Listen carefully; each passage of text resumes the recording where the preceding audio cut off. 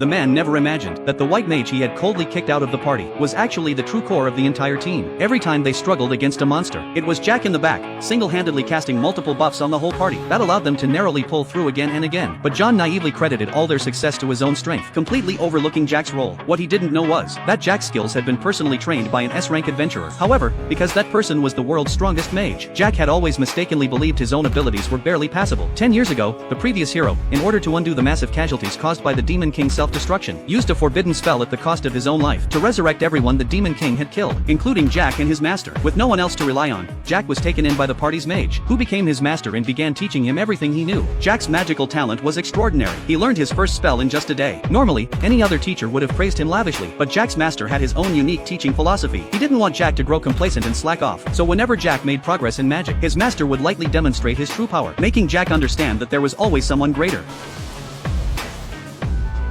見て、師匠そっくりにできたよ。え。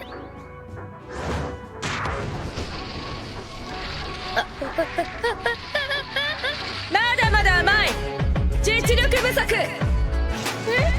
Years passed in the blink of an eye. By chance, Jack came into contact with an ancient magic tome. Instantly, vast knowledge of ancient magic flooded his mind. The familiar scene immediately made his master realize Jack possessed the same chosen as the late hero. Ancient magic was powerful, but his master didn't want Jack to overestimate his own strength and repeat the same tragedy. After careful consideration, the master chose to seal away the ancient magic knowledge in Jack's mind. After that, he became even stricter with Jack's magical training. And once Jack had grown enough, he threw him into the forest to survive alone. At first, Jack thought it was impossible, but after repeatedly escaping from magical beasts, all the spells he had learned grew steadily more polished. Under the pressure of survival, he even awakened a talent for modifying magic. In less than a week, he successfully returned to his master's home.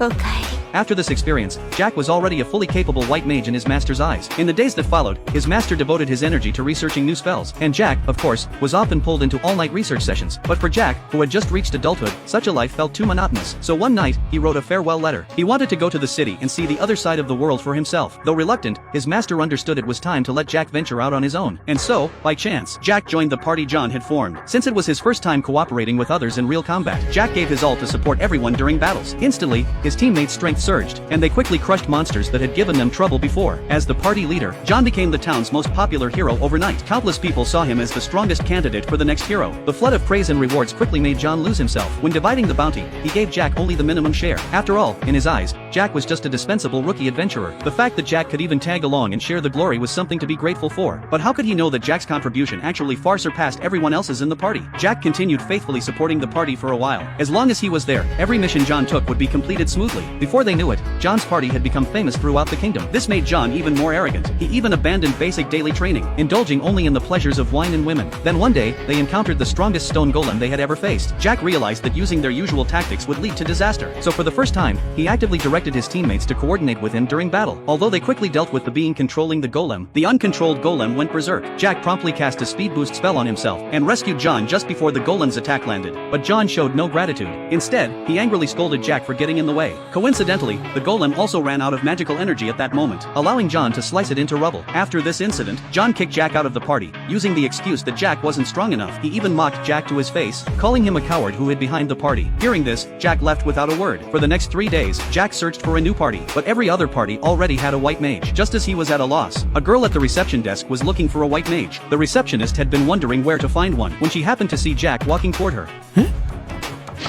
あなた白魔導士なの？ああ所属は？今はフリーというか無職。